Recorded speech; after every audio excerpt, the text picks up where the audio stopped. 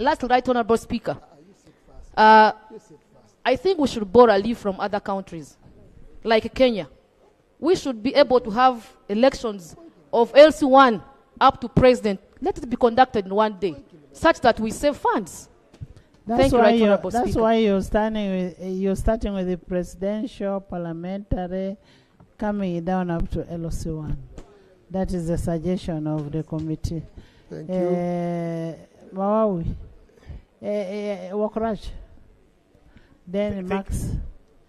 Thank you, Right Honorable Speaker. Thank you for the opportunity. I joined the rise to the colleagues to appreciate the reports from the Committee on Local Government and Public Service. Right Honorable Speaker, what came out very clearly, it is when the committee summoned, requested the Minister of Finance to appear before the committee to answer some questions. Right Honorable Speaker, I'm not a member of that committee. Right Honorable Speaker, we want to hear from Honorable Okrash. Yes, Right You're Honorable a Speaker. member of the committee? No, Right Honorable Speaker. I'm not a member of that committee. Okay. I left. Right Honorable Speaker, we want to know from the Minister of Finance as to why they failed to appear before the committee to support the committee's report in regards to their line ministries. Secondly, Right Honorable Speaker, in my district we have some villages which are newly created. And we have members of the local council one with their executives fully fledged who are doing the acting positions. We would want to hear from the Ministry of Local Government. What are the plans for those acting LC1s in the newly created villages in our districts? Thank you. Thank you, Right Honorable Speaker. Honorable Minister, the LOC1s are complaining the bicycles you gave them are worn out, they don't have means of transport, and they are saying that instead of having bicycles, they should also graduate to a motorcycle. That's what I was told in Amuru when I went to Amuru of recent. Yes. Thank you, Right Honorable Speaker, and I thank the member for the concern about the LOC1s who are in acting positions. The regulations say in the middle of the term, we don't conduct elections. And in the first place, some of these villages are not coded and they have no instrument created by the Ministry of Local Government. Last week, I corrected the 2 villages in my constituency where Electoral Commission went to ease the voting, to ease the distance, and alphabetically cautioned the directed the members of my villages from letter A to H. They created a polling post, a polling station.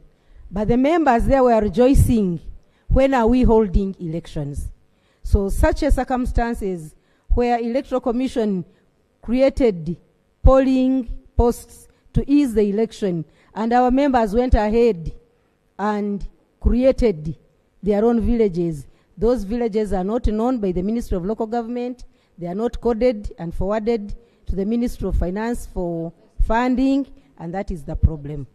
Then I really take your passion, Right Honorable Speaker, that at the moment the bicycles are really outdated. And it's our plea that when government's pocket increases, praying that the oil turns into reality, they should graduate from bicycles to motorcycles. And I want to thank the President everywhere he goes these days. He appreciates the LOC1 and leaves them with a bicycle, which is a sign that is the hope where we are going. And I wish we could get there. Madam Speaker. Yes. Madam Speaker, Yeah. Thank you very much, Right Honorable Speaker, for this opportunity. And I want to thank, first of all, the committee chairperson for giving us a comprehensive report. And I want to fully associate myself with the recommendations therein. Madam Speaker, allow me lean very heavily on this committee report and raise a concern as a vox populi of the people of West Budama North constituency regarding the long-serving LC1 chairpersons. Madam Speaker, here in Uganda, there are some LC1 chairpersons who have been serving in that capacity since 1986.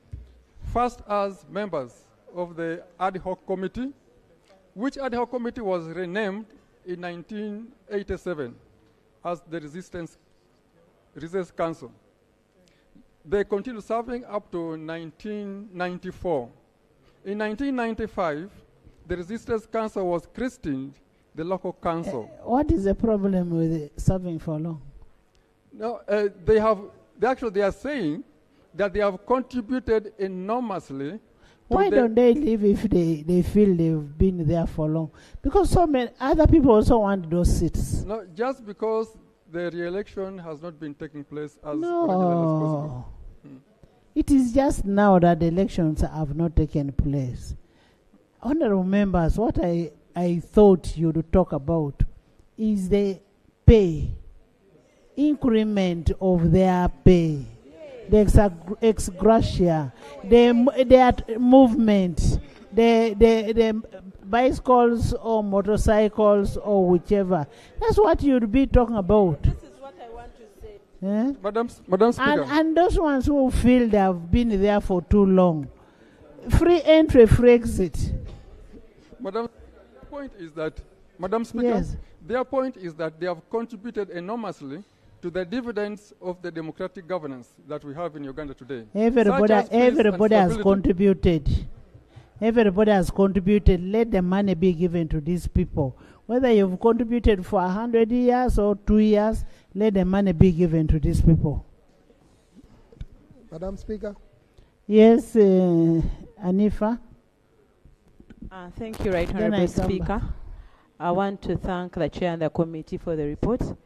Mine is about the increment of the salary to the LCs. Currently, they are given 10,000 shillings per month, but my opinion is let them increase to at least 50,000 per month. Yeah, that is my submission. Thank you. Thank you. Yeah, Brenda. Fortunate. Thank you, Right Honourable Speaker. I want to thank the Chair of the committee for the statement. And Right Honourable Speaker, I am in support for increasing the LC allowances. And also one critical thing, I realized that actually the extensions were about to, not because government didn't have money, Right Honourable Speaker, but according to his report, the Chair's report, they wanted to align these elections with the general elections. And by doing this, you disenfranchise those who wanted to stand for the LC positions. And that is not okay, Right Honourable Speaker. We need to have a good plan as a country, because if you say we will extend, you don't come to Parliament to say that we want to align, but we want to extend because there's no money, then you're lying to each and every person. That was in the report, actually. So, Madam Speaker, the ministry should be able to plan for elections now that they are recommending that they come in when we are the having ministry has brought an extension. It has been gazetted. It is brought for us. But Right Honourable Speaker, there's also a limit to extensions according to the constitution. You can't be like extending all the time. It shows that the government does not have a limit. It does not have a limit. But Madam Speaker, it still disenfranchises those who want to stand, and it is not okay. Actually, we have delayed to discuss this paper. The 2 weeks from the time it was presented here have passed, so it is deemed approved. So let's talk about the welfare of our people, because those LOCs are our voters. Yes, thank you so much. Thank you so much, Right Honourable Speaker. I would wish to add my voice on the issue of the welfare for LC1 chairpersons. Honestly speaking, in this economy, Madam Speaker, you cannot survive on 10,000 shillings even for a day. So it's quite absurd that LC1 chairpersons, who are actually the first unit of governance in our country, are paid only 10,000 shillings. And actually, in most places, this money doesn't even come on time. We have so many areas. So my proposal is that as we budget, we should budget for increment of the salary to cater for the welfare of these. Even 50,000 is little, because in this economy, members of parliament are earning how much? Look, LC chairpersons, yes, including of myself, then LC1 chairpersons should don't be selfish. Members. They should also be paid honorable good salary. Members. Thank you, Speaker. Honorable members. Honorable members. Honorable members. Why don't you want your salary to be talked about? The honorable member is right. She says, let's increase the pay for LOC ones. Just as we are comfortable with ours, let them also get comfort somewhere. Yes, Alan? Thank you, Madam Speaker. Hey. I also support the motion for this resolution, but also, Madam Speaker, in my area, we have had more than 40 LC1s dead. And this has left a huge vacancy because of failing to conduct such elections. So the ministry should find out means of replacing these chairpersons who have lost their lives, because it is endangering our areas and people have nowhere to go to. Sometimes the vice chairman who was left there had no mandate of the whole village because he was just appointed by the chairperson as per your regulations. These people are not voted for. Madam Speaker, that is the case in my area. About the welfare, it is thought about by people that the LOC ones earn from this stamp. They have a stamp, Madam Speaker, if you don't know, which stamp the government are given so much power that for everything to go on, you have to get an LOC1 stamp in your letter. Whether registration for what, application for jobs and what. So some LOCs have used this stamp very profitably, and when you enter that office of the LOC1 chairman, for one stamp like this, 10,000 shillings in some areas. If you calculate by 30 visitors of that village per day, that is 300,000 times 1 month, that is 9 million. So that is happening in villages. But Madam, who don't misuse that stamp, we would wish them to be added on about their welfare to about 200,000 shillings per village. I think that is not so much because we have so many RCCs, deputy RCCs, assistant RCCs, and all those earn amounts of money, and yet they are not there in the Constitution of Uganda. Thank you. Man.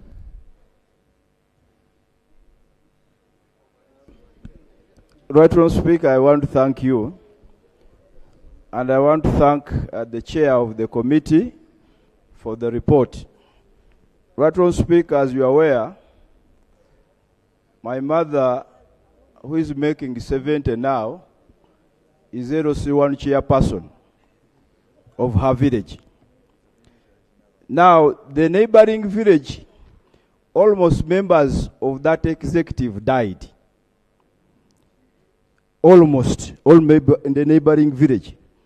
So what is happening is that people from the neighboring village come to my mother, who is the LC1 chairperson, for services of the other village.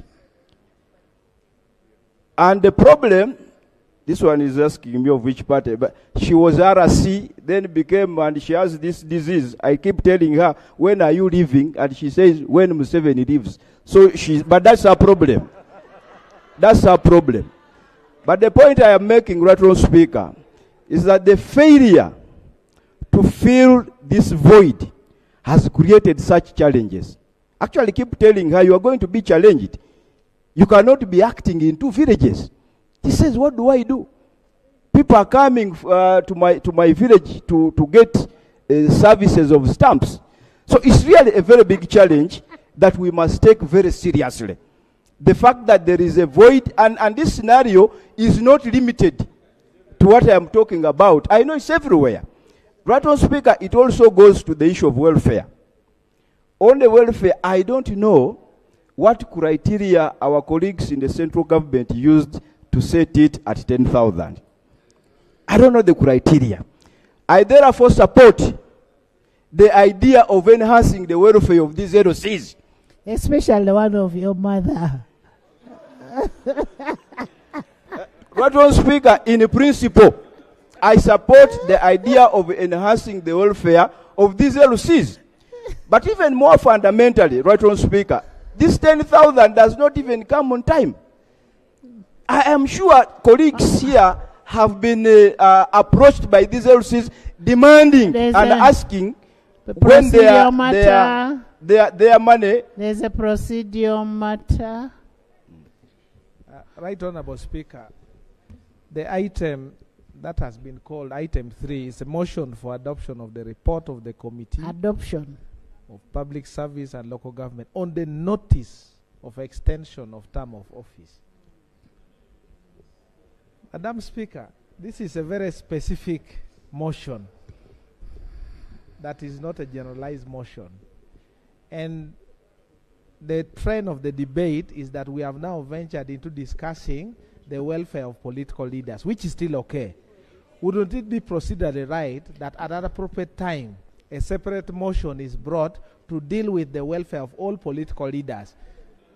And we first dispose of the item we have at hand, and then we can discuss others, Madam Speaker. Honourable members, I now put a question that the House approves the extension of the term of office of administrative unit councils, Local Council 1 and Local Council 2, pursuant to Section 175(3) of the Local Government Act, Cap 243, and Regulation 12D of the Local Government Council's Regulations. Those in favor say aye and the contrary nay. The ayes have it. Next. Item. Prayer through Madam Speaker, the Ministry. The Minister of Local Government stated here that some villages are not coded, and the extension is coming, as it has been passed. But can we get a record of LOCs? Because there are those who died. How are we extending their term when they are in the graves? And then those villages which are not coded, so that we get clear records of those we are extending in this motion. Otherwise, many LOCs have passed on, and we are extending leaders. But we need the information, Madam Speaker. Yeah, but could we get the coded villages in the country? Give us that information. Let's be laid on. No, I'm on procedure. So, Madam Speaker, we need to know who are those LOCs who are being extended. Because really, you extend for even the dead ones. And we continue with that. Ghosts. So, Madam Speaker, I am seeing members who are happy finding extension of dead people as LOC chairpersons. And it's very interesting. From Mr. Chairman, kindly address that, Madam Minister. Madam Speaker, that was my prayer. Can I repeat it?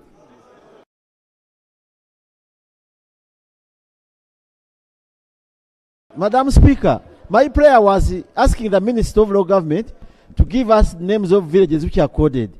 And then, as we extend, there are some LOC chairpersons bearing office who passed on, and we are making extension of LOC leaders who are in graves. If we get all this information, it's very vital to know who have been extended and the villages, because it's important. Otherwise, we cannot Those allow... the LOCs who are in graves, there are some acting people. The vice chair. But they are not legitimate by law. They are not legitimate. Next item. Item 4 on the order paper. Bill second reading. The Human Assisted Reproductive Technology Bill 2023. Honorable members, we read this bill yesterday. It was the sponsor was supposed to move a motion. However, government asked for a day for them to be able to harmonize.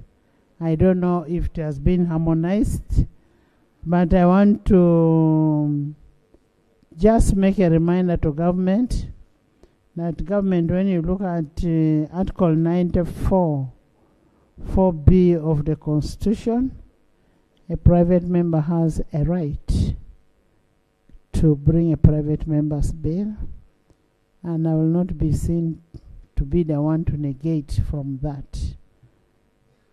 Most of the bills that we have had, that we are proud of, that we've successfully passed in this House, that increases our number as a big number of bills passed, are out of private members.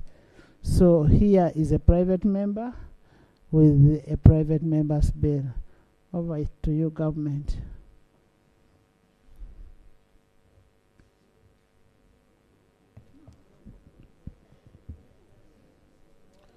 Madam Speaker, thank you for the opportunity to make a comment on this particular item on the order paper.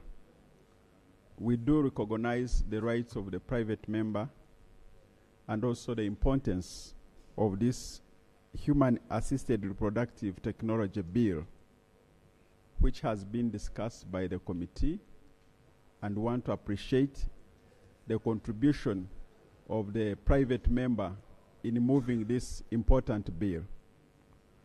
On the side of government, we feel strongly that there are some elements in this bill that there's some other issues related to reproductive health that need to be included in this bill. So we are proposing, Madam Speaker,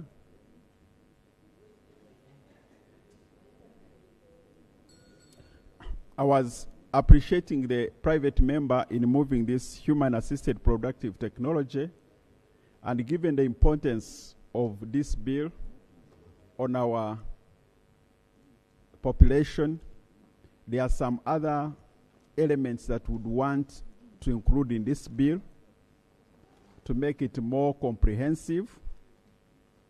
And on behalf of the Prime Minister and the Minister of Health, we are requesting for additional There's time. an order.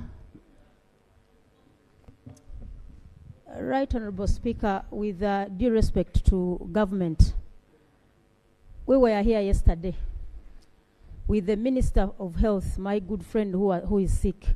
They committed to come back today.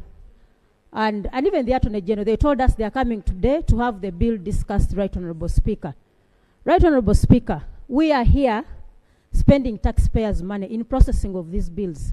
Yesterday, my good friend, the Attorney General, showed unpreparedness. And when the colleague was submitting about how he was unprepared, he used the word that was unfriendly. And we all said, okay, we drop it. But I mean, you are moving us to the same direction. Right, Honorable Speaker, when is government going to become serious and respect taxpayers and this parliament as, I mean, we are using taxpayers' money. This process has been handled for the last 3 months, handling a process. You've been part of this. Government has been part. There is no bill that is processed without the presence of government. Is my colleague, Honorable Bahati, dressed in a yellow tie in order to come and continue confusing this House. Right, Honorable Speaker? Is he in order? Thank you so much. You know, they are of the same size. So, no, but she raises a pertinent issue. You answer the issue, leave alone the tie. But yes. Chair, Madam Speaker, and honorable colleagues. There is a procedural matter. Right, Honorable Speaker, making a law is a process. It starts with a bill. And if the acting Prime Minister says there is government interest where they will need to improve or to amend, so if they never came in the committee and we have already passed the bill, there is nothing that will stop government from amending the act if it has passed. So wouldn't it be procedurally right that we proceed and at an appropriate time government brings its interests or its amendments when the bill is passed? I thank you. Honorable members, first of all, in the case of Honorable Dur versus, I remember Tajukwatako, that you cannot smuggle an amendment on the floor. I still remember that case in Mbale. So, even if there is a problem with this law, government will not bring in amendment on the floor. All what they can do is to the report has already been signed. I don't know. Madam Speaker, and through you to the Prime Minister, I think we pray, make our work easy here. Sincerely, bringing a bill for the second reading, and then the Attorney General comes in to seek for audience to hold the bill. Yet we are coming with a report that has already been signed by members. Makes us look funny. And we beseech, we request you, you make our work hard, and you also give our Speaker a lot of difficulty in processing her work during the House. Because this is a bill that has gone through the committees, or the Committee of Parliament, where you were invited and attended physically. If you are not invited, then there's a challenge on the chair leadership of the committee. But I would pray, Madam Speaker, as sitting in for the rope, that let us have this occurrence once and for all, but such a behavior should not continue. Because as experienced legislators, you know what is meant by second reading of the bill. It is not signed by members. Honorable members, the Prime Minister has something to say, but at the same time, I also don't want the ministers to put the Prime Minister in a very awkward position. A minister should not do this.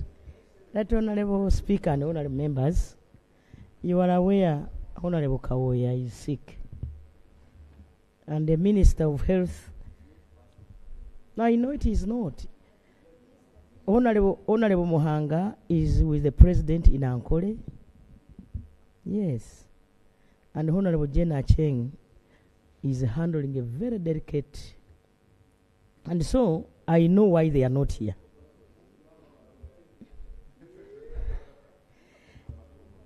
Right, Honorable Speaker, this bill is the motion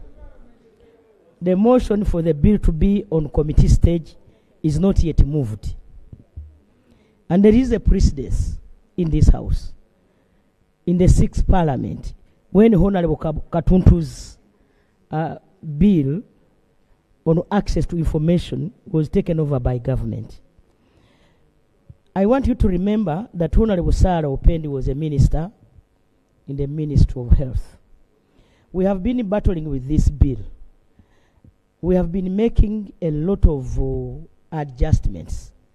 So I was of the view that, Right Honorable Speaker, you allow me to coordinate the ministers and the sponsor and the mover of the bill, so that we can come here with an harmonized position. Yes.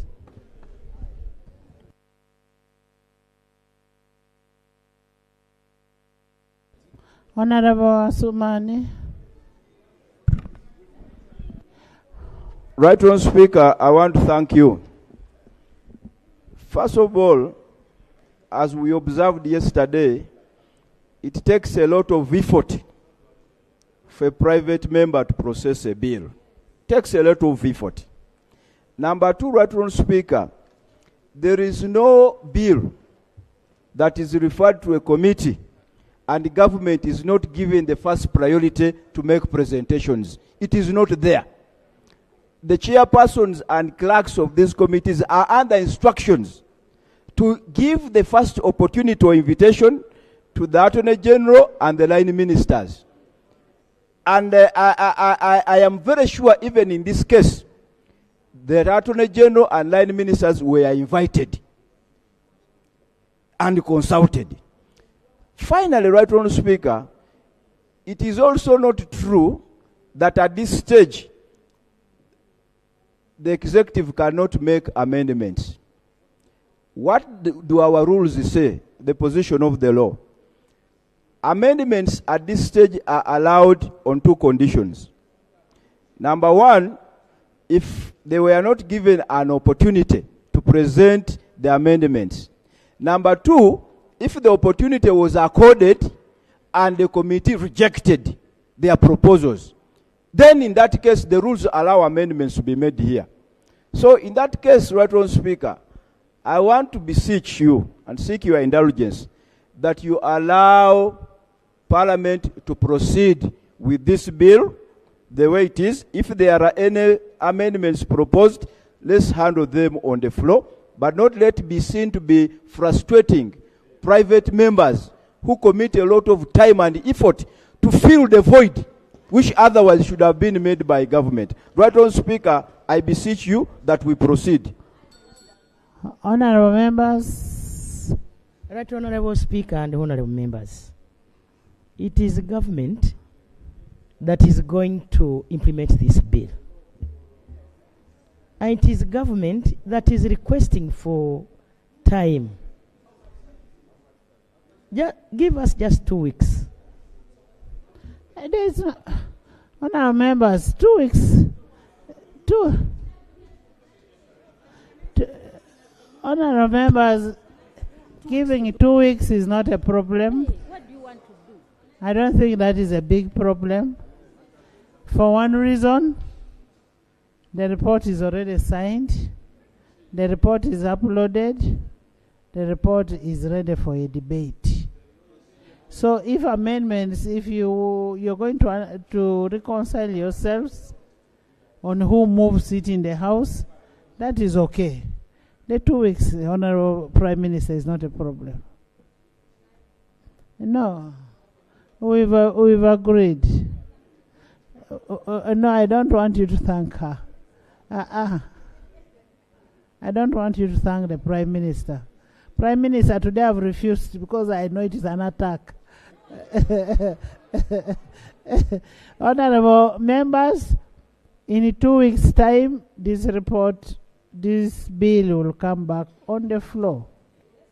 And Honourable Prime Minister, help us not to go against the Constitution. Because these members have powers to bring a private member's bill. Please. Thank you. Item 5. Prime Minister's time. Item 5 on the order paper. Statement by the Right Honourable Prime Minister on government business for the succeeding week. Honourable Prime Minister. Thank you so much, Right Honourable Speaker, for the wise ruling. Right Honourable Speaker and honourable members, I move under Rule 26 of our Rules of Procedure to submit government business for the week of 4th to 6th March 2025. 1. There will be a submission of the ministerial policy statements by the ministers as required of Section 1313 of the Public Finance Management Act 2015, and Rule 146 of the Rules of Procedures of Parliament of Uganda. Right Honorable Speaker and Honorable Members, number 2, we shall get a statement by the Minister of Gender, Labour and Social Development on the commemoration of the International Women's Day. Number 3, a statement by the Minister of Gender, Labour and Social Development on the progress of the joint program of youth livelihood and women entrepreneurship in the country. I beg to submit. Thank you, Prime Minister. Item 6 on the order paper, Prime Minister's time. Honorable Prime Minister. Honorable Speaker, somebody was complaining of time, but we have always coordinated. Before I usually donate my time for business in the house. Actually, you're even too early today. Honorable Speaker and honorable members, we received a question from Honorable Dr. Barimwezo Ronald Nsubuga, the MP for Nakawa East constituency. And he states that during this year's budget debate, the Minister of Works, through the Attorney General, assured the Parliament that funds for compensating project-affected persons along the Kampala-Jinja Express Highway were available, and that, however, it is alarming that the majority of PAPs in his constituency have not yet been compensated. According to him, further compounding the issue is that the Ministry of Works has failed to declare the specific amounts allocated for compensating the PAPs. For over 7 years, according to him, PAPs have been unable to renovate their homes or construct basic facilities like pit latrines, and that many of these families have resorted to using flying toilets, kavera, creating sanitation and health risks, including the possibility of disease outbreaks. That the Kampala flyover, the Kampala-Jinja Expressway, is one of the most bankable infrastructure projects, and its successful implementation should be a government priority. And his prayers are: 1, when will the Minister of Works release clear details of compensation packages for the PAPs? Then 2, what specific steps will the government take to ensure the affected individuals are compensated promptly so that they can resume normal lives and improve their living conditions? The 3rd one is: what measures will be put in place to prevent such delays in future compensation for other national projects?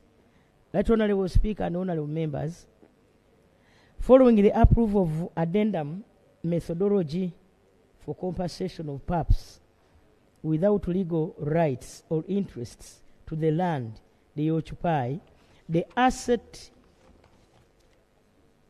inventory for the PAPs on public land in Nakawa East constituency was updated, and new valuation reports were compiled. The review of these reports is being finalized for submission to the Chief Government Valuer by the end of this month.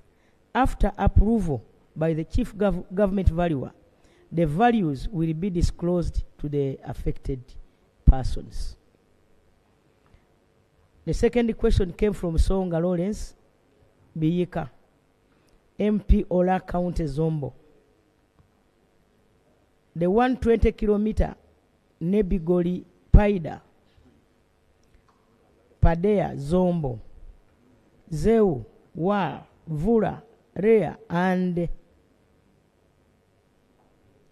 Adramachaku Economic, Revenue Generating and Border Security Road appeared in NDP 2, NDP 3, and the NRM Manifesto. Why is it still appearing to be at the feasibility stage in the NDP 4, yet the final detailed engineering design for tarmacking was completed in March 2018? Right Honorable Speaker and Honorable Members, the feasibility studies and detailed designs for the upgrading of the Goli Paida Zombo, Vura, and Arualia 15 kilometers was completed in March 2018. The Ministry of Works and Transport is in touch with the Ministry of Finance to ensure commencement of the procurement of civil works contractor. Civil works expected to commence in the financial year 2025-2026. His second prayer is, what is the progress of seeking funding from Badea, African Development Bank, and the others for prioritizing the tarmacking of this road in NDP 4? My response, Right Honorable Speaker, is that Badea carried out an appraisal for upgrade of Nebi Goli 16 kilometers during the period and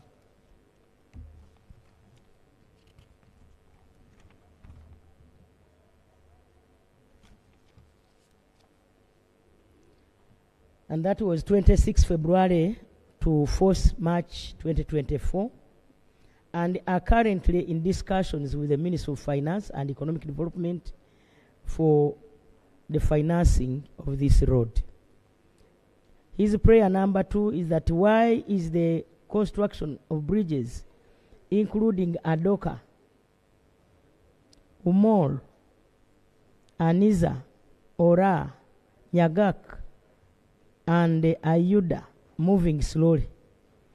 Right Honorable Speaker and Honorable Members, my response is that for the bridges, Adoka, that is Adrua, Omoro, Umol, Aniza, Ora, Nyagak, and Ayuda along Nebi Paida, Padea, Zombo, Zeu, Walvura, Ria.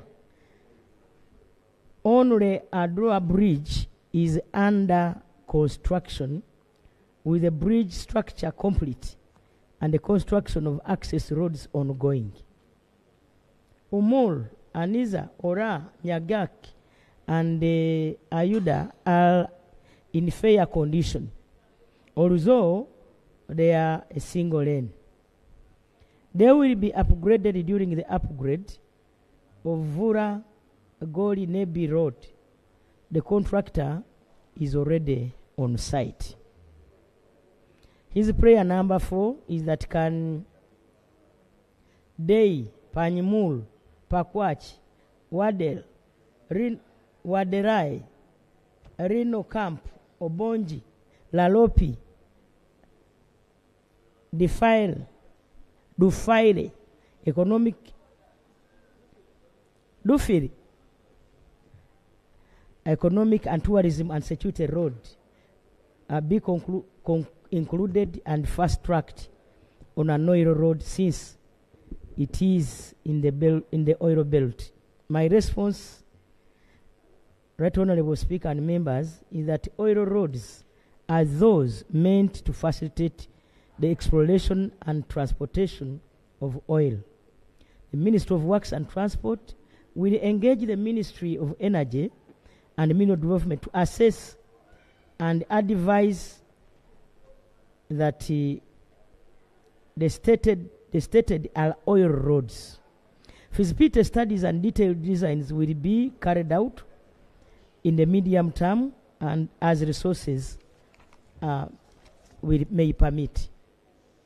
Question number 3 came from Honorable Kutesa Musherule. MP Maogora County. Our prayer one, that with successful launch of electricity access scale-up project.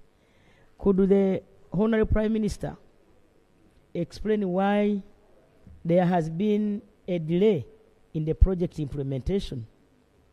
My response, Right Honorable Speaker, is that the electricity access scale-up project was designed to increase consumer connections in the country by targeting over 1 million new connections.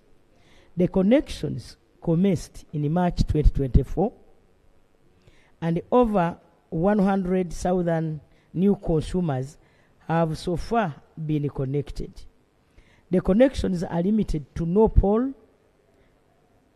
and one pole service based on the first come, first service. The connections program is therefore still ongoing. Our prayer number 2 is that, furthermore, could there be clarification as to whether the project prioritizes grid extension, all service connections for the beneficiaries, and what timelines are in place for its rollout? Right Honorable Speaker and Honorable Members, my response is that over the last 10 years, government concentrated on grid extension across the country with minimum service connections. The electricity access scale-up project was therefore designed to make service connection for optimal utilization of the existing network. The project covers no pole connection, one pole connections, transfer injections in a radius of about 3 kilometers from the existing network. The third prayer from the honorable member is that what basis were the beneficiaries selected? On what basis were the beneficiaries selected? Given that the project obtained financing of more than 600 million US dollars, government must justify why people in Maogora North remain underserved. My response, Right Honorable Speaker and honorable members, is that based on the above project design, Zimbabwe is a beneficiary of electricity access scale-up project. Government is also developing the grid expansion and support to parish development project to address the issues of unelectrified administrative offices, public institutions, and value addition centers, of which Zimbabwe is a beneficiary. Surveys have started from West Nile and will soon roll out to other parts of the country. The Honorable Rose Abiga, District Woman Representative Terego. Her prayer is that, that requested for an update on the illegal mining activities in Onivu Village, Okavu Parish, Odupi Sub-County, Terego District. My response, Right Honorable Speaker and honorable members, is that on 20th January 2025, a joint team visited the site where illegal mining activities were reported.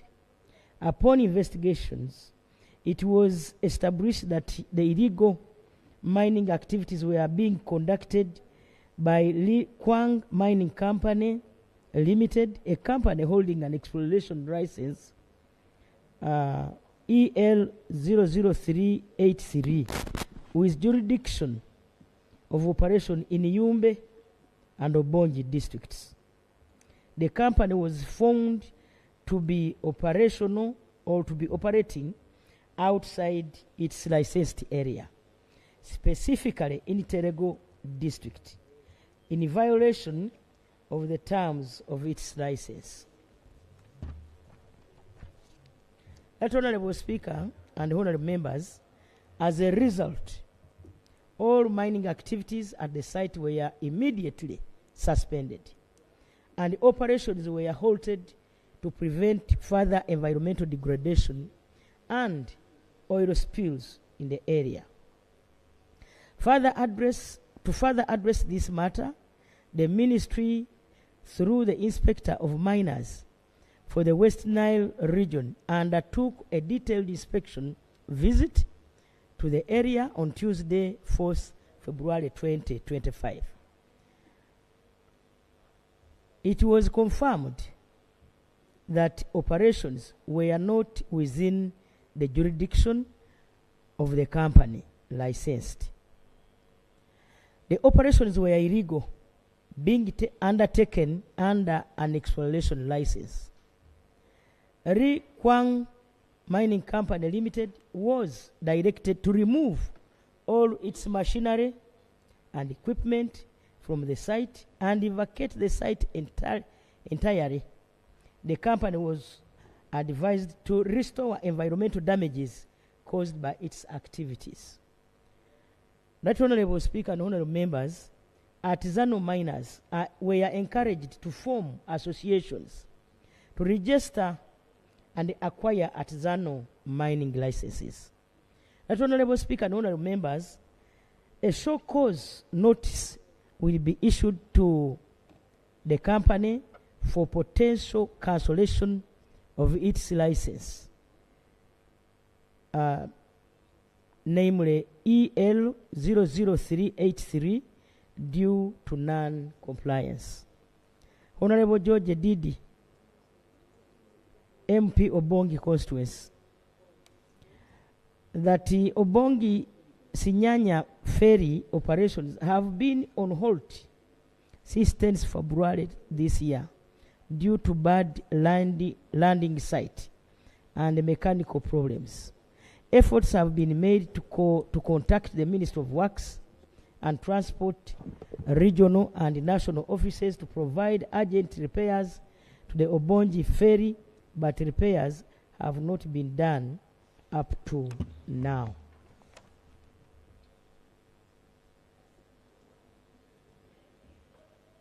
The breakdown of this ferry affects pupils who cross from Sinyanya on daily basis to attend classes in Obongi, patients who access health services in Obongi Health Center 4, and the business fraternity who transport goods from Arua, Ajumani to Juba in South Sudan. And his prayer is that what steps have been taken by the Ministry of Works to expeditiously restore the Obongi ferry operations. My response, Right Honorable Speaker and Honorable Members, is that between August and early December 2024, the water levels, as you all know, at Obongi Sinyanya ferry crossing increased tremendously, and this necessitated us to raise the landing sites to match the new water levels in order to ensure safe ferry operations. Between mid-December 2024 and January 2025, the water levels at the same ferry crossing dropped significantly, making the ferry operations risky and challenging. Despite the operational difficulties, the ferry team was able to continue with ferry operations up to 10th February this year, when the ferry itself experienced a fatal challenge on one of its 3 operational engines.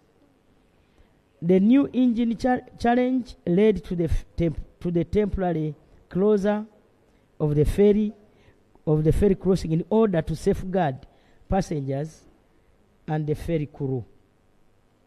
Right Honorable Speaker and members, the repair of the faulty engine is ongoing and will be fully restored. In addition, temporary civil works will also be completed by 26 February, but now I think they must be completed by now. It is anticipated that the ferry operations at Obongi Sinyanya ferry will resume today. I hope today they resume. We shall find out whether they have resumed. The sixth question came from Honorable Achayo Julie, MP Ngora County.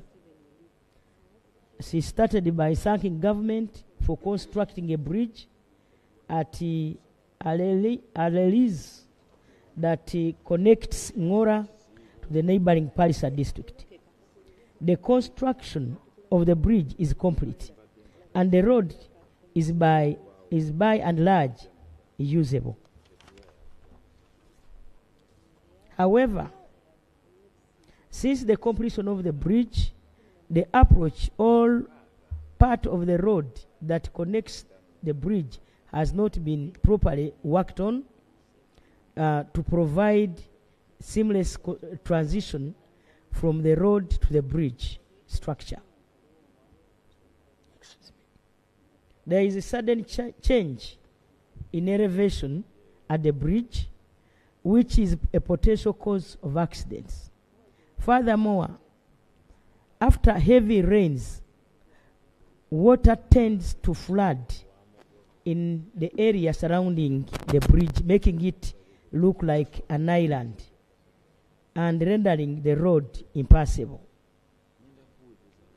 She asks, or her prayer is, that the Ministry of Works and Transport quickly responds to this concern and ensures that the proper approach is constructed to allow a smooth access to the bridge, and also introduce culvert crossings that are necessary to eliminate the flooding at Alelis. My response, Right Honourable Speaker and Honourable colleagues, that the Ministry of Works and Transport signed a contract with MS Coil Limited and the Motorways Construction JV on April 24th, 2019 for the construction of Alelis Bridge in the Palisa district.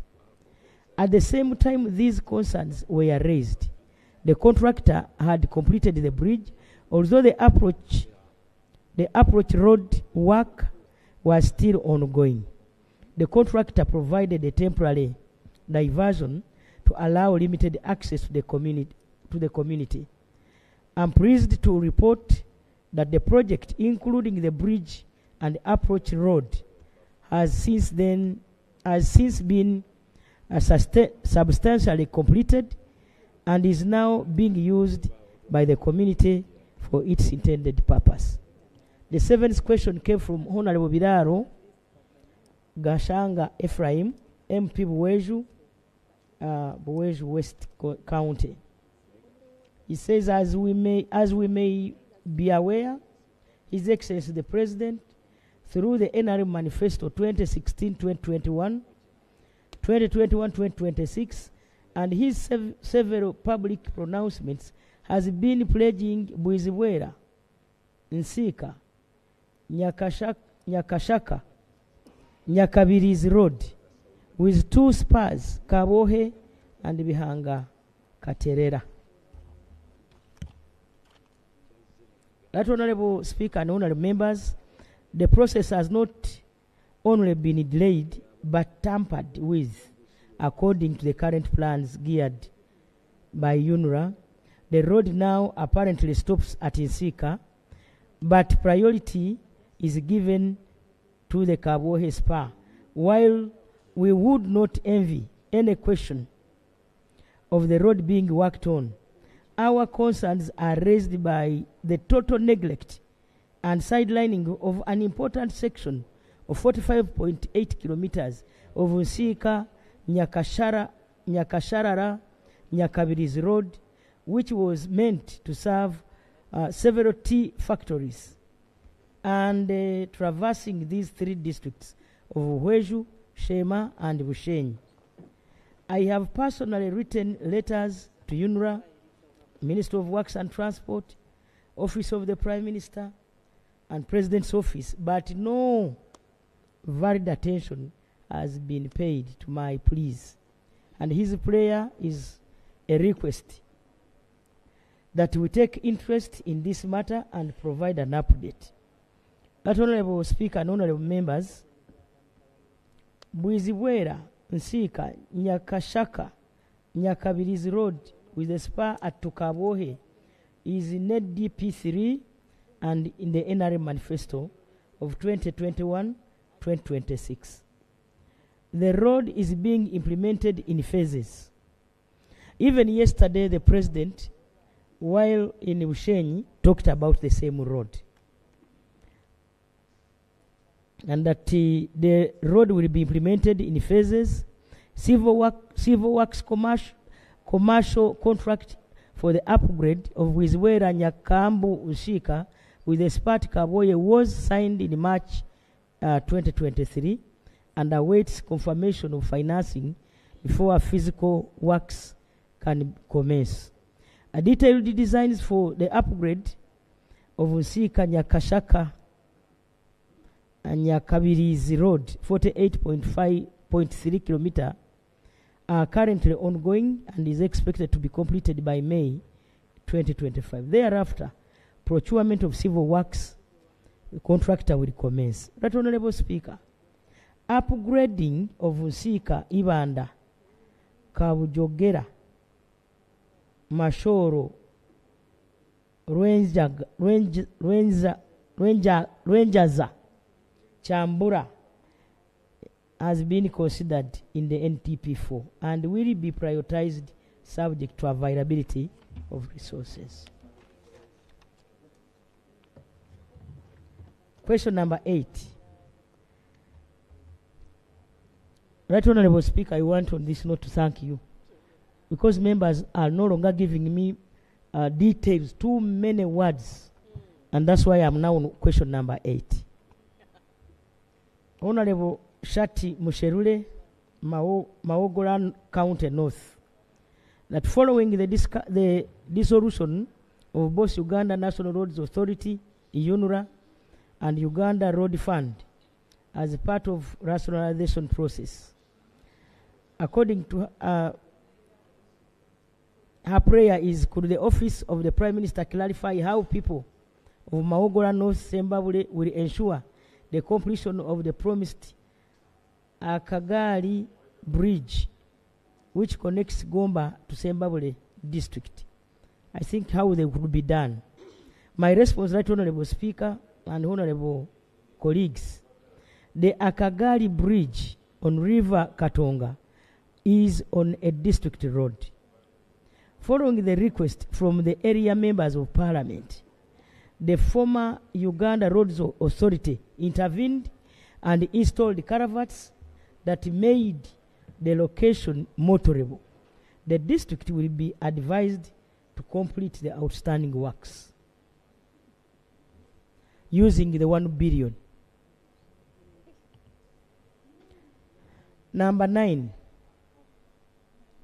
Honorable Michael Timuzigu, Kamugisha MP, Kajara County, that all counties in Uganda were turned into districts except 19, which are in the districts of Untungamo, Isinjiro, Kasese, and Tororo. These districts are treated like former counties in the provision of all services and staff, and that each has 1 road maintenance unit, 1 district hospital, get the same share of government-sponsored students in public universities, get the same share of sponsored students in public universities, get the same share of seed schools and construction of primary school, to mention but a few. According to Honorable Timuzigu, that these districts have therefore not been able to fairly benefit from decentralization policy and are slowly being left behind in development. For example, in Ntungamo, parents have to first build primary classrooms up to window level for the district local government to come in and do the completion, and this is against the government policy of no fees payment in UPE schools. His prayer when is government going to complete the harmonization of district sizes by giving the remaining 19 counties a district status to start developing at the rate of other districts. Right Honorable Speaker and Honorable colleagues, my response is that the Ministry of Local Government issued a moratorium suspending creation of any new local government units or alteration of boundaries in April 2021, under which we are still operating until a new position is approved by government. Number 10, Honorable Kamuntu Moses, MP Rubanda County West, that there is a deplorable state of roads in Rubanda County West.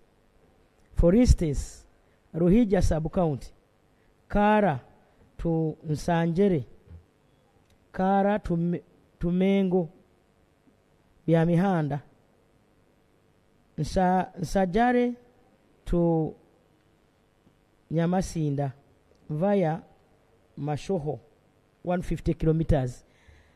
Mujera to Kagunga, 10 kilometers. Mijera to Kishaji, Rwabuhandame and Zaire to Rwasheyeza to Hakabare, 12 kilometers. Roads are in a critical state, riddled with deep potholes, eroded surfaces, and frequent vehicle breakdowns. Over 20 kilometers of roads in Ruhija have been devastated by landslides, cutting off access to Windy National Park, Rubanda County West, County Park, and worsening the economic struggles of the region. The people of Rubanda West can no longer endure these conditions, and that he urges government to act immediately by rehabilitating these roads to restore transportation, economic activity, and essential services. The Ministry of Works and Transport, and UNRWA is no longer there. The Ministry of Works and Transport must prioritize this crisis. My response, Right Honorable Speaker and Honorable Members, the issue raised is noted. The national roads will be, those are national roads, and they will be prioritized for maintenance in Q4. Additionally, the district will be advised to prioritize the district roads under the rehabilitation program. Honorable Speaker and members, I beg to submit. Thank you. Thank you, Honorable Prime Minister. Honorable Prime Minister, in the new rules that we have made, which will start being effective very soon, we have reduced your time for that, for giving the written submissions to 20 minutes, and then the oral 40 minutes. But for today, we can have few orals. Honorable Kwizera, 1 minute. Right Honorable Speaker, thank you very much. 1 minute.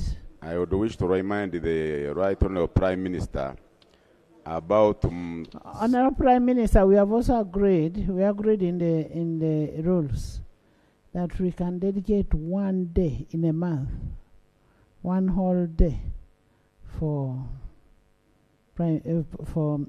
members' questions, so that you can be able to have all your ministers here who will help you handle each and everything. Yes.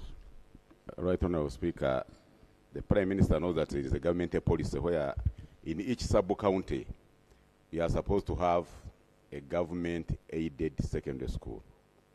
In Uchimbiri County, we don't have such a facilities in Nyarutembe sub-county, in Uchimbiri County, sub-county, and in Chirundo sub-county.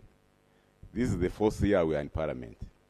I would request that the Prime Minister gives me the best answer to tell those people who also pay tax, but they are not equally facilitated. I thank you. Thank you. Right, Honorable Speaker and honorable members, it is true we have a policy as a government to have a secondary school in every sub-county. And we have been doing this in a phased manner. You are aware that we had the U-Gift program, which phased out, but we continue as government using our national funds to work on the secondary schools. I promise that all the secondary schools in the country, which are not yet, all the sub-counties without a secondary school will be handled in a phased manner. Thank you. Mbabazi. Thank you very much, Right Honorable Speaker.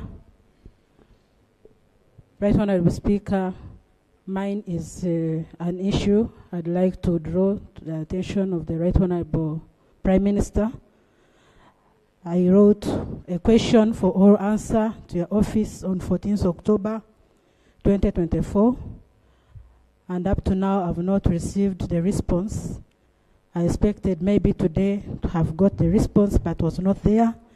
And the question was about the processing of land titles for the bona fide occupants of rotated resettlement scheme. Right Honorable Speaker, I request that the Right Honorable Prime Minister tells us as to when the people of rotated resettlement scheme will be allowed to process their own titles, or government issues their own the titles to the people. Thank you.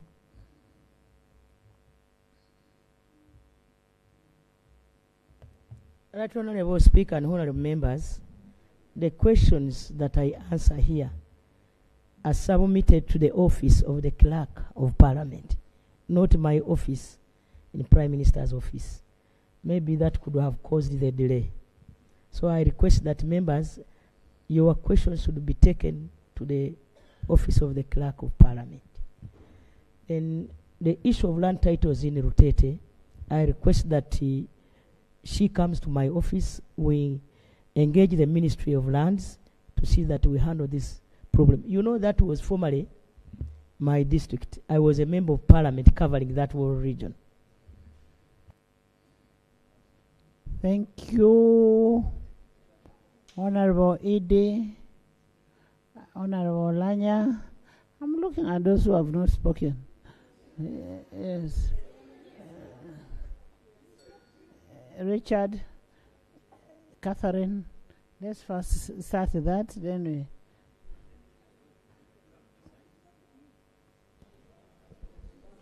Thank you, Right Honorable Speaker. Right Honorable Prime Minister, last year you made a directive here after presenting an issue about the land titles that were issued in the area that hasn't been degazetted, that is South Busoga Central Forest Reserve. And we made a commitment and a directive that all those titles should be cancelled. Right Honorable Speaker, I want to state that up to now, the land titles are still on the system. May I know, Right Honorable Prime Minister, when your directives be implemented?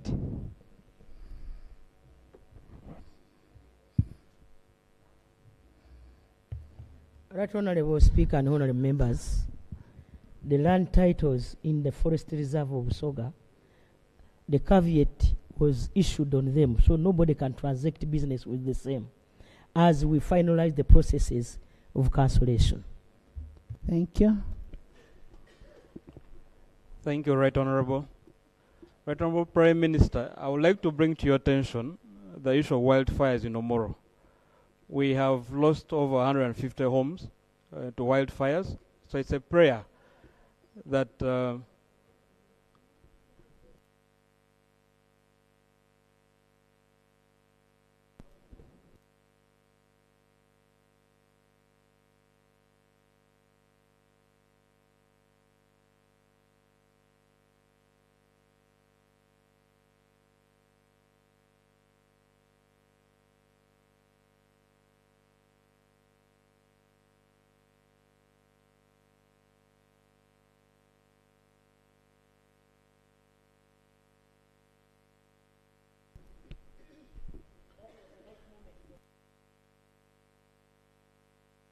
I wanted the Prime Minister to first rest after. Right Honorable Prime Minister, I want to draw your attention to the wildfires in Omoro. I know it is not, it's not a question per se, but it's an emergency right now, Right Honorable Prime Minister. We have over 150 homes affected by wildfires, and at the moment, we're just crying to you for help to support the families. Even a church is affected, so the district is processing the disaster report, but I thought I'd bring it to your attention for immediate action. Thank you very much. The wildfires, especially during this dry season.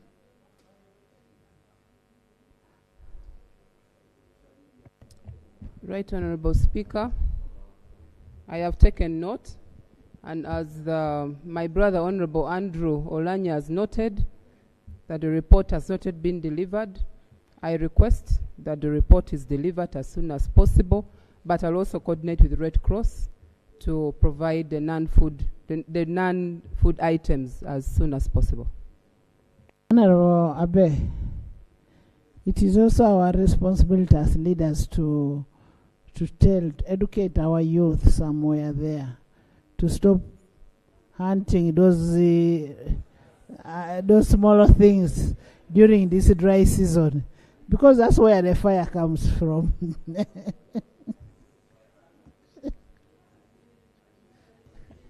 Right Honorable, I do agree with you, because in issues of disaster,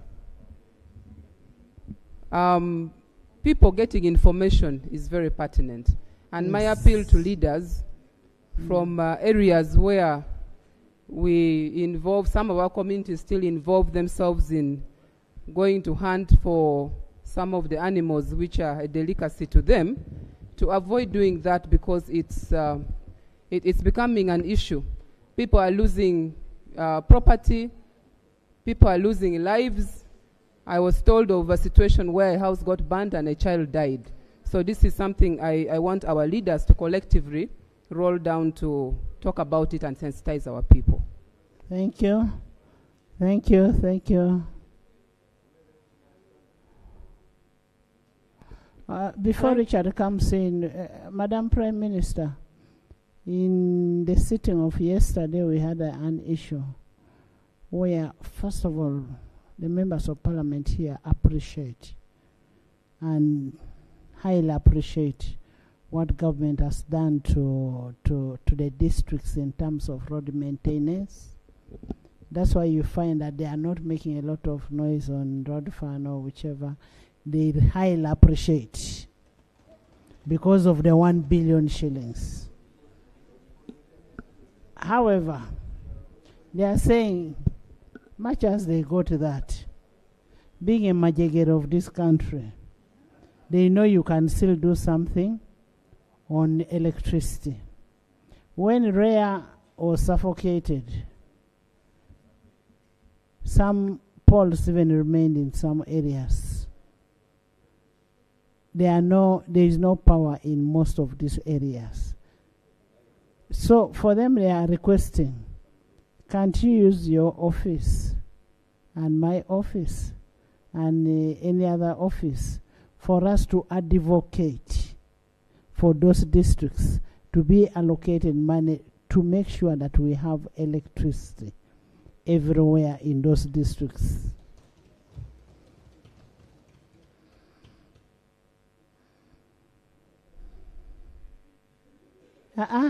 That is beyond him. That's beyond him. Right Honorable Speaker and honorable members, the President directed, and that's why we have a scale-up project.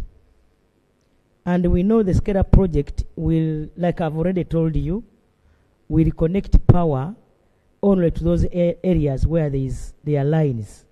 So those without lines, Right Honorable Speaker, me and you sit on the other national, as you know, where the President chairs. So I request that while there, me and you should advocate for members to have their areas connected. Members, first clap for the Prime Minister because she has agreed. So that when we advocate from there, we are speaking one language. Yes. Thank you, Right Honorable Speaker, for the opportunity. Right Honorable Prime Minister, as leaders in Guzile, you'll come after. Madam Prime Minister, as leaders in Bondibujo, we are stuck with a government project.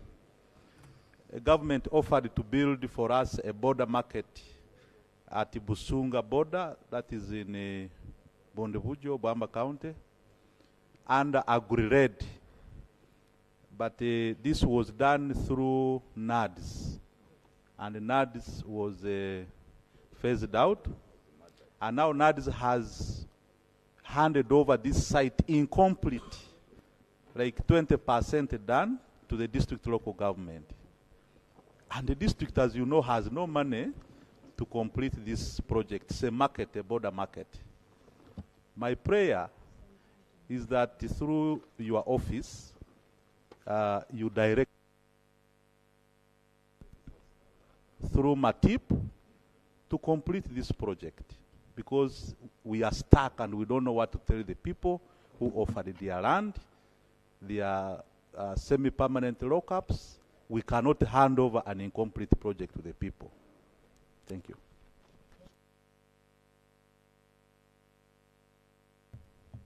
Thank you very much. It's true, I know where that market is. But we need to get new BOQs, and then as a local government, as we plan for the next MATIP, which my ministry is now at discussion levels with the World Bank. Government is government, individual is us. We agree we can take it on and include it in the plans. I submit.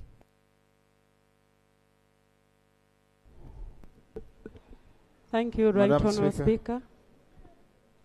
Catherine. Thank you, Right Honourable. Catherine, then Lee.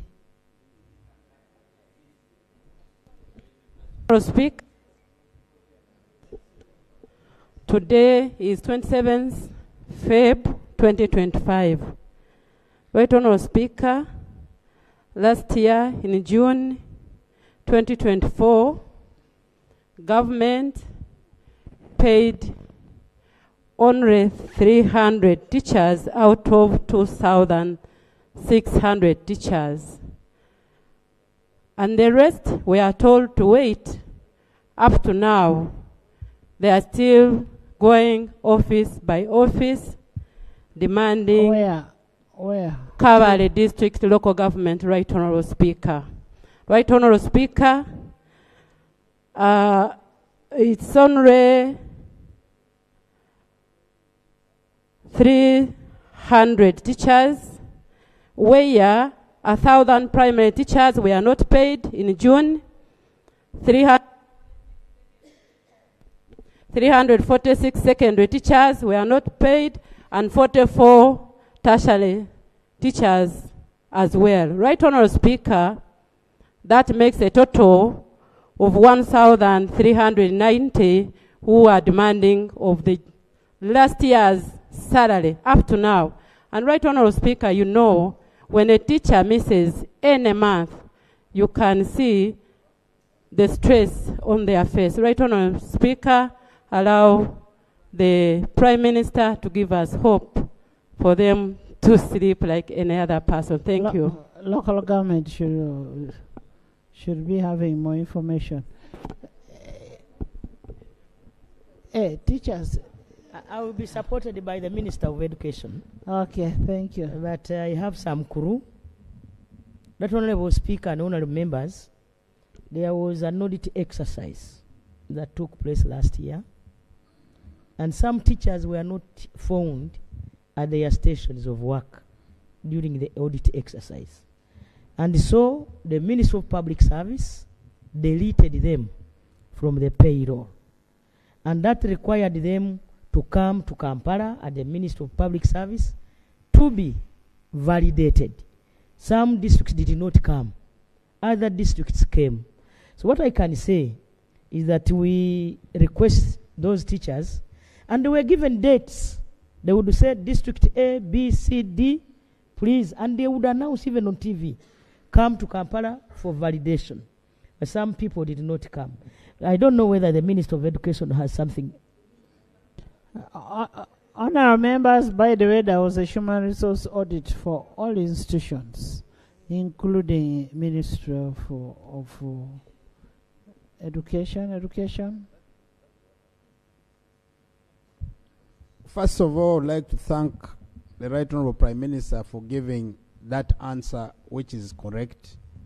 And I want to appeal to the Honourable colleague who has asked that question. As far as I and us in the Ministry of Education are concerned, first of all, it's surprising that for the whole year, a civil servant, particularly a teacher, who is entitled to his salary, has not gotten his payment. So I really want to request, in line with the directive of the Right Honourable Prime Minister, that we follow up and we work closely with you.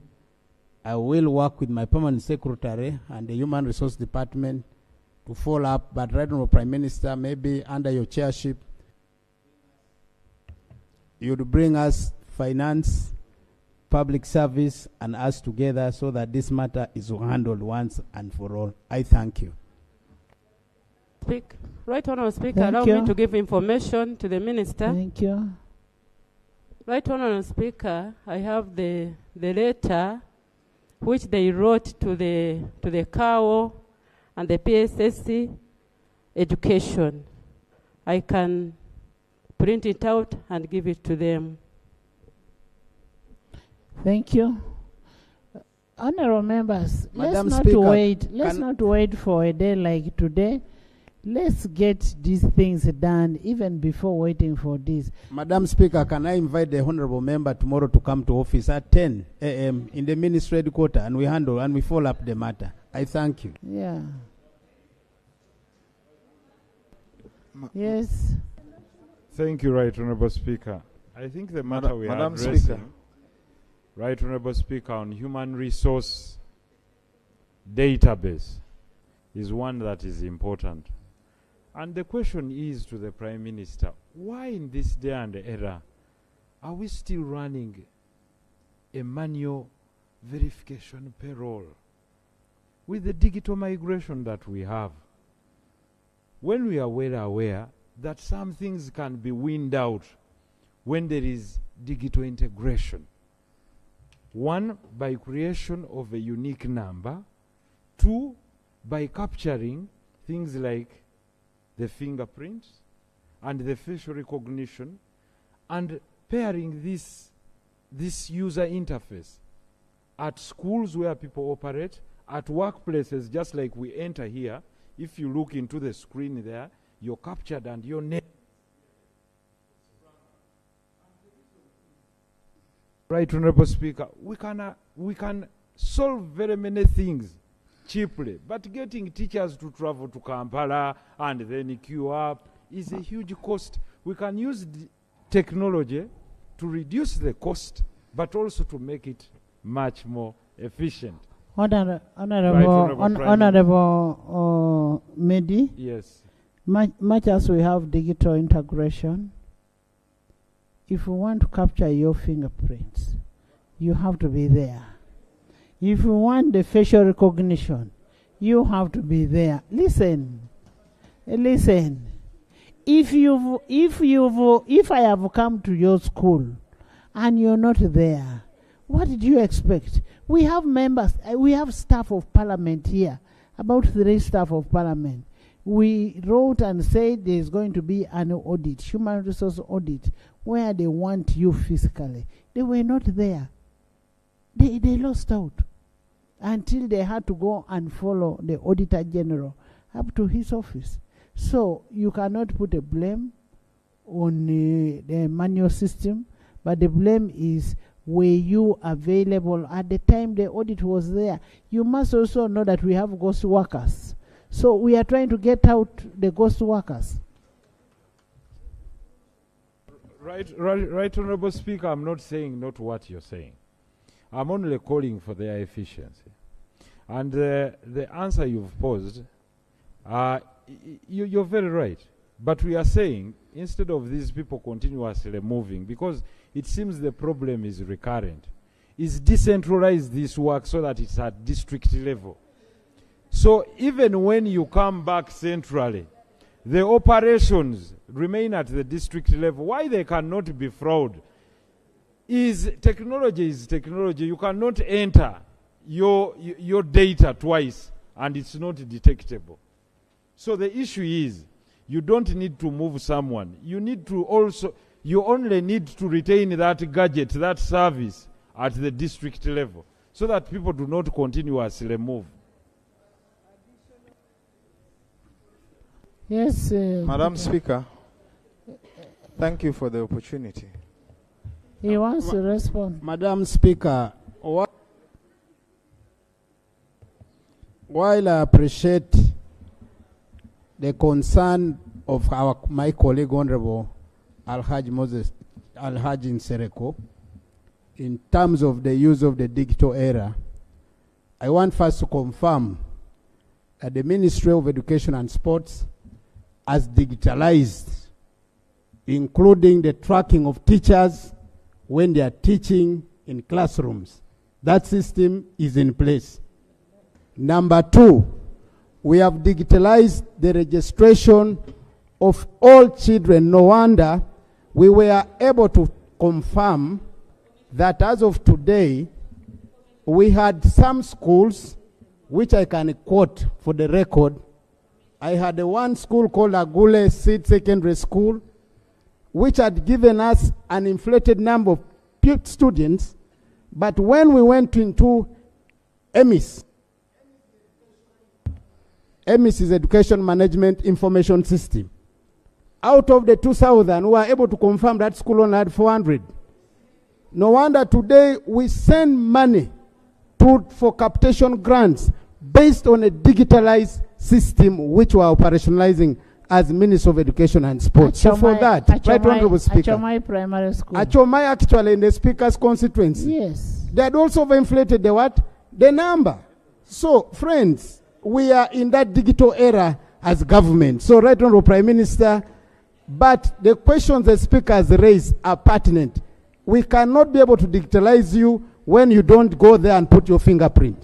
We cannot digitalize you when you don't put there your facial recognition. We cannot digitalize you when you don't verify your academic papers physically on the station where you're meant to teach. And this is what we are doing. I thank you so. Thank you. Thank you, Patrick. You are bypassing me. Okay, lead then, Patrick. Madam Speaker, I should start by observing that digitalization can only be effective where there's power. Globally, poverty is linked to inaccessibility to power. Energy poverty is linked to inaccessibility to power. Madam Speaker, today I just got hold of a document where the Ministry of Energy has initiated a procurement process where they want to do last mile connections in the country.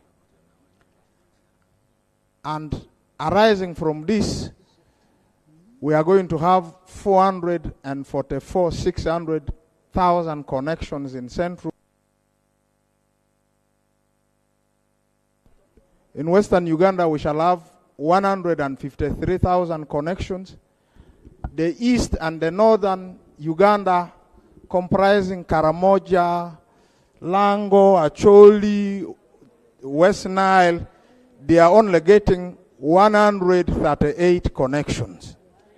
So I want the Prime Minister to come and explain to us how was this decision arrived at. Because we would want to see equity happen in this country, and this document is a public document, and we want to understand this precisely so that we know we are at the table of sharing things. Thank you.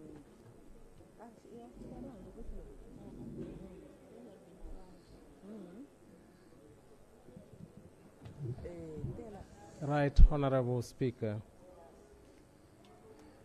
The distribution of electricity in this country is at various stages. The last mile connection is focusing in areas where we have infrastructure, where there are already lines. For northern Uganda, right now we have finished a survey because we realized northern Uganda didn't have the basic infrastructure to benefit from the last mile connections. The intervention for northern Uganda is extension of lines, delivering the lines, because even if we gave northern Uganda the connections, the infrastructure to deliver electricity to the last mile is not there. So we are actually focusing now extension of lines.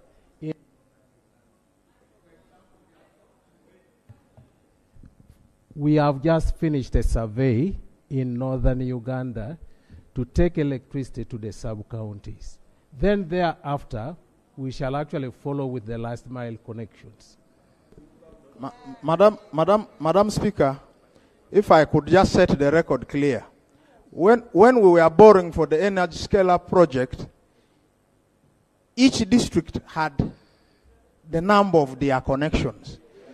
If again we look at that document, so many districts are now not on the list. So when you were planning for those districts, what was your basis? You see, that still now takes us to what we agreed, that for equity, let's go and agree with the Prime Minister that we should give every district A, B, C, D. Because this is discrimination.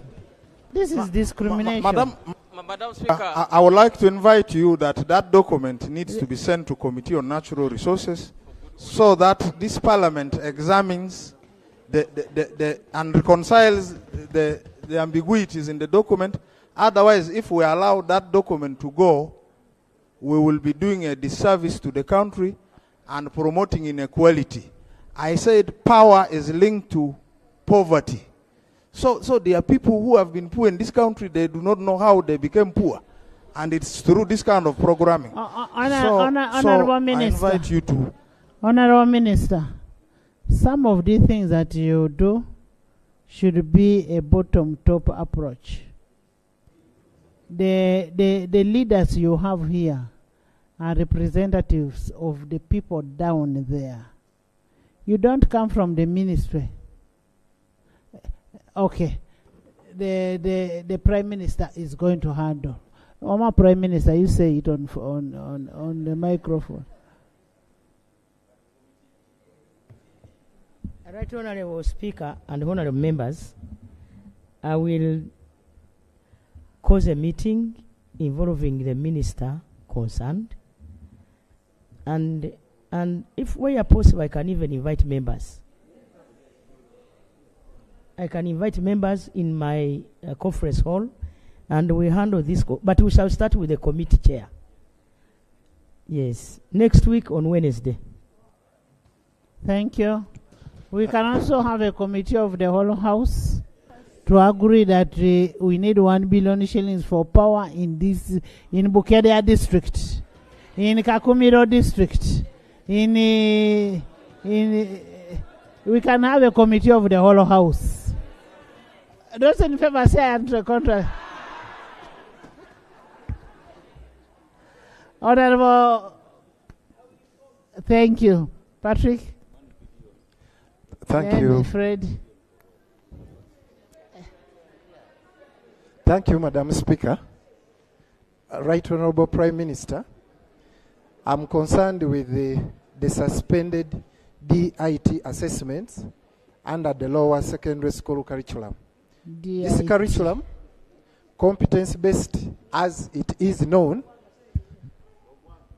is supposed to impart skills into the learners. Last year, DIT assessments were supposed to be conducted, and schools, private schools, paid. When it came to May, the assessments were suspended. Honorable members, DIT was amended. There is an amendment to the law to BITVET. Now that is under the BITVET law. It is now an act. It was actually assented to 2 days back. So please get that law and first understand what it is. Madam Speaker, the issue I wanted to raise is that last year, the schools that paid for this program, the program did not take root, and as you saw the results released, UCE results released, we did not have results of DIT. But schools paid, and the money was not even reverted back to the same schools. Those who paid for technical? They paid for the DIT assessments, Madam Speaker. And the assessments were not carried out. And this money was not returned to the schools. Honorable Minister. Right Honorable Speaker, through my Prime Minister, allow me inform the colleague this information. First of all, Right Honorable Speaker, you're right. In line with the TVET Act, the services or the Department of DIT now goes under TVET. Secondly, the reason why we carried out a suspension of DIT activities is because there was an investigation the top management of the Ministry of Education conducted in the Department of DIT. My senior minister wrote to IGG to carry out an investigation in the operations of DIT in the country. That report came out with its recommendation. As we speak now, we are fully implementing the recommendations of the report of IGG. And I want to pledge, Madam Speaker, if you permit us, I could be able to bring a comprehensive the specifics of now what happens to the money the children paid.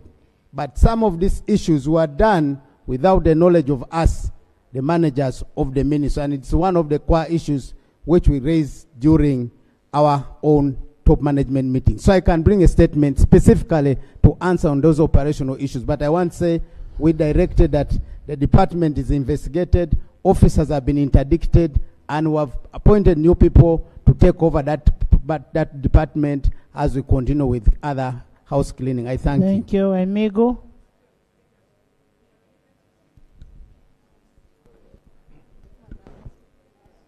Thank you, Right Honorable Speaker. Amigo, Aledi. Let's first have the two. Right Honorable Speaker, thank you. The Right Honorable Prime Minister, in the year 2022, 5th of May, government fulfilled the promise that had long been moving on for BKK ferry. So we went and launched the construction of the BKK ferry. And there was hopes that it was going to start working in 2023.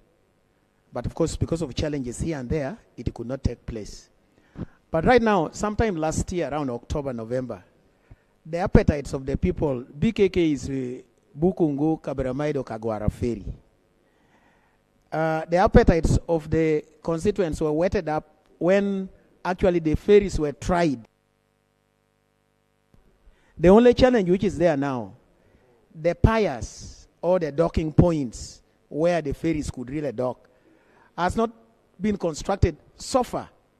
So now the ferries are there, but they cannot dock. They even move to all these various places as they were really trying. My only request to you, Honorable, Right Honorable Prime Minister, is that will you use your powers? And then they started even constructing the piers, but they stopped along the way. We will now be using the ferry right now. Thank you. Thank you.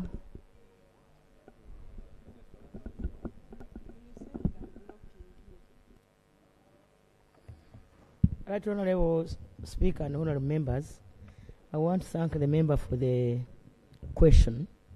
I request that you come to my office so that I have details and I cause the Ministry of Works to work on the landing sites. Thank you so much, Right Honorable Speaker. To the Prime Minister, SDG number 6 talks about universal access to clean water. My people are complaining about, especially those who get the national water. They say that the water is too expensive. whereby a jerry can goes for about 101 shillings. And then the other issue is about the meters. You find at the end of the month, the bill is not what the customer expects. And they are wondering when UNBS actually checks these meters. Otherwise, people are bleeding. Thank you so much, Madam Speaker. Thank you, Ik. That Honorable Speaker and Honorable Members, it is not true that a jerry can of water, that's 20 liters, goes at 101 shillings. Maybe those, yes, those might be vendors. The cost of a jerry can under national water goes at 75 Uganda shillings. That is national water. And I believe those could be service providers.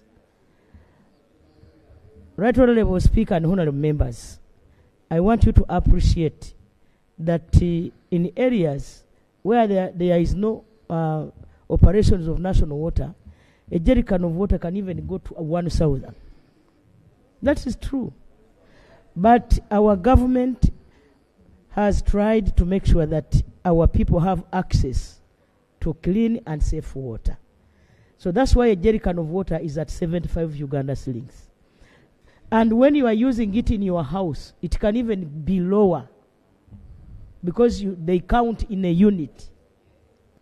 Honorable Prime Minister, Right Honorable Prime Minister, much as water government is doing all this to ensure that there is safe water and available water for everybody, the people, the institutions that are consuming this water are not paying national water. And now national water is in a crisis. As we speak now, today, I forwarded a message to Minister of Finance that Umeme had switched off power so they could not even pump water. How do we handle that problem?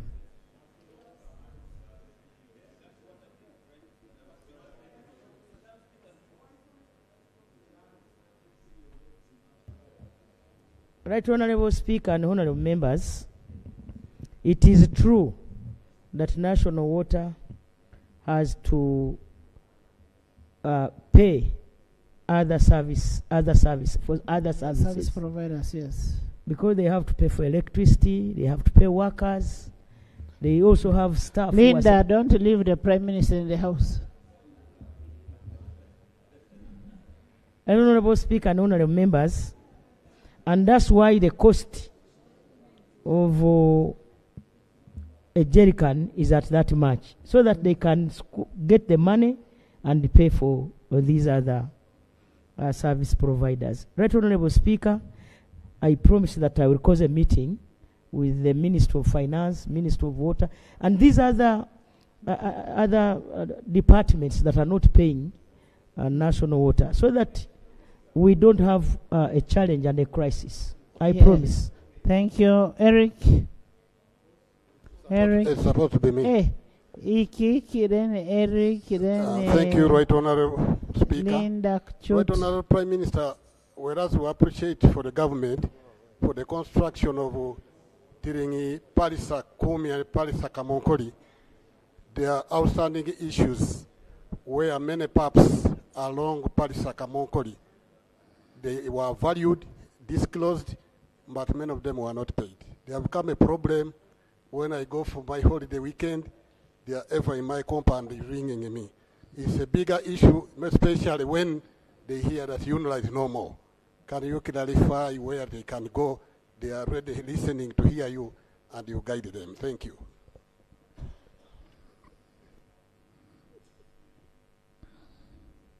Honorable Speaker and Honorable Members, I was an RDC in that place, so I know all the areas. I know Iki, I know Kamonkoli, I know Kaderuna, I know Putiput, I know Kamuge. And so, yes, that's the road. I was told some time back by... Come again? That is her second home, Bukedea. Yes. Oh, I know Bukedea. I've been to Bukedea many times. That honorable Speaker and honorable members, I request the honorable member to help us put that in writing. Yes. So that I can put the Ministry of Works to task to make sure that those people are Maybe paid. we need also to know how many of them, how much Yes. money is involved.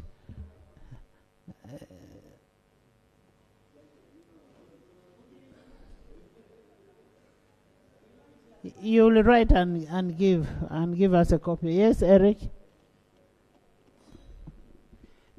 Thank you so much, Right Honourable Speaker. Right Honourable Speaker, I have a question for the Prime Minister. Right Honourable Prime Minister, you know Kagadi very well. I represent the people of Buyaga East constituency. And in all the plans, we are aware that all constituencies are supposed to have an ambulance. And the Kagadi Hospital, Right Honourable Prime Minister, is in their need of an ambulance. And it has been on desk for so long. May we know when Kagadi Hospital is going to have an ambulance and an upgrade?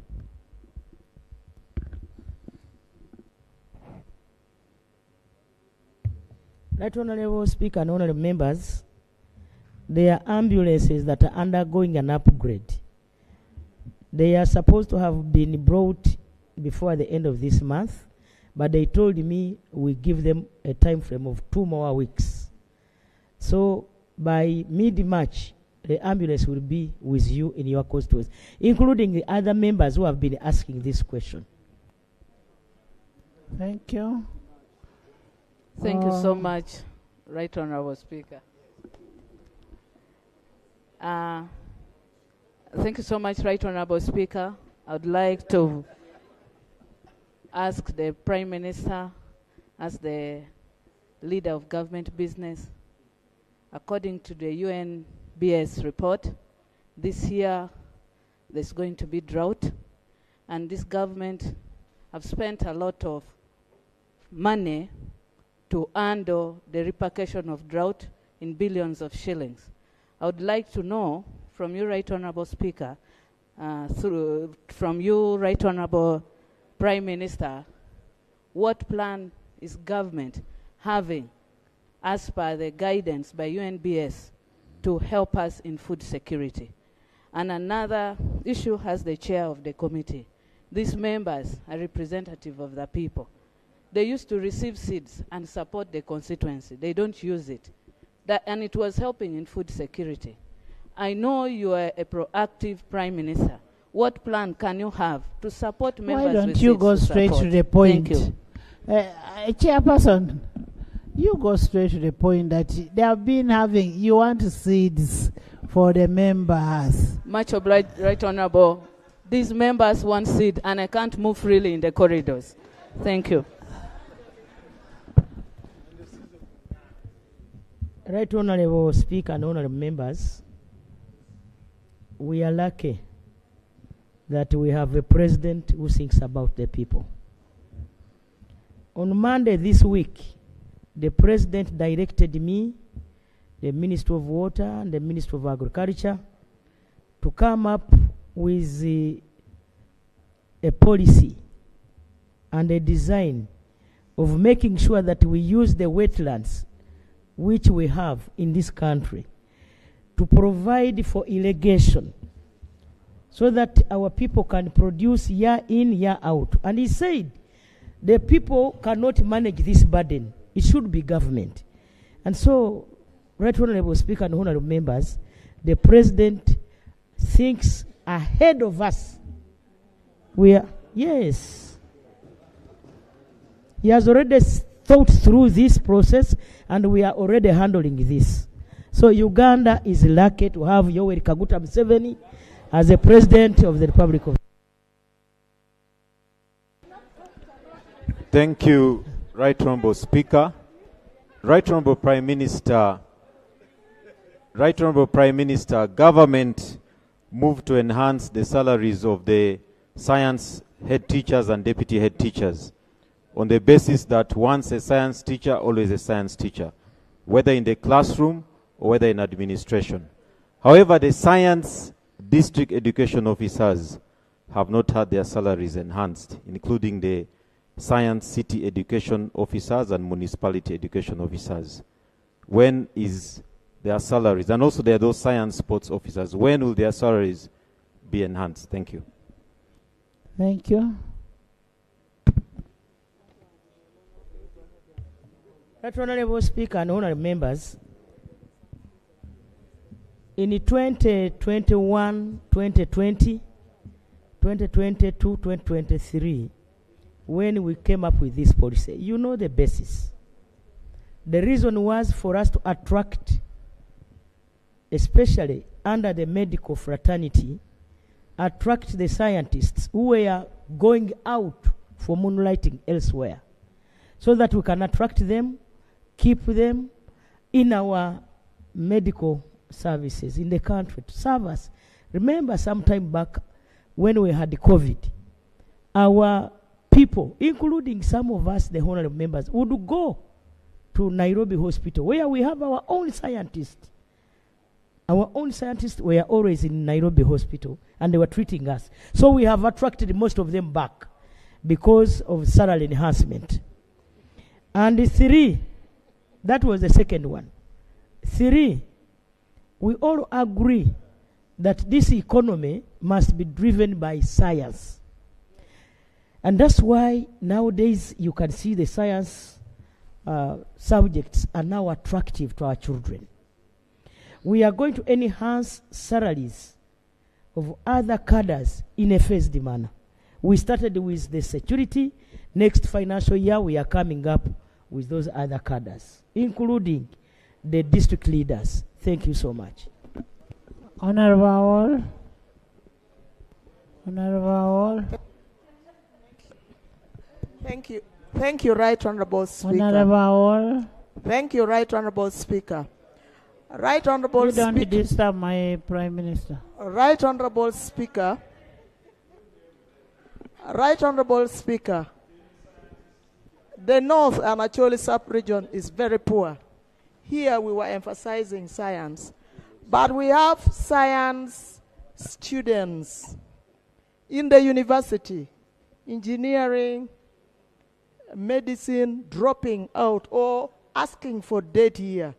What has happened to loan for higher education? Because we cannot, personally, I cannot support university education of more than 2 students. If I have to, then it's 1 or 2. What is happening with higher education loan? We have students in Deje University and others. Can you tell us? Thank you.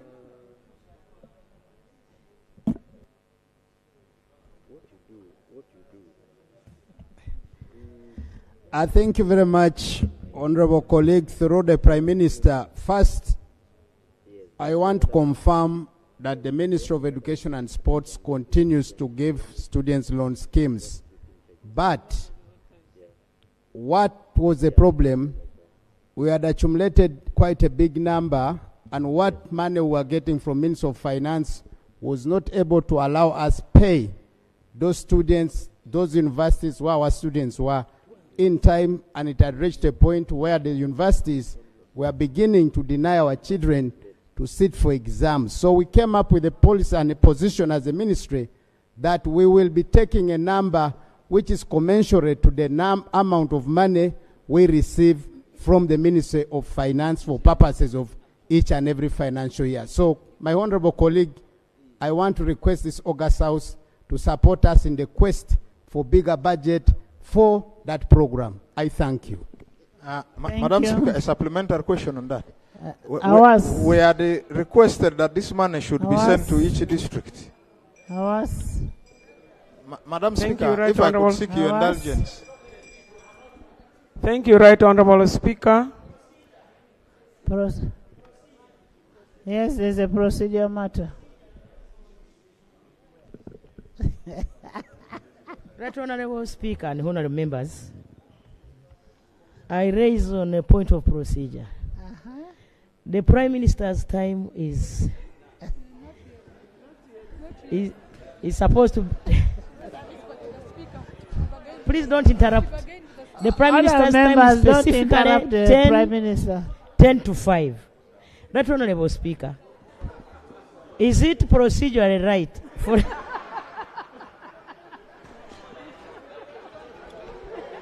Honorable members, honorable members, honorable members, I wish you could sit. I would have loved to continue with the members raising their issues, but when a procedural matter comes in, I now adjourn the House to 2 p.m. on Tuesday.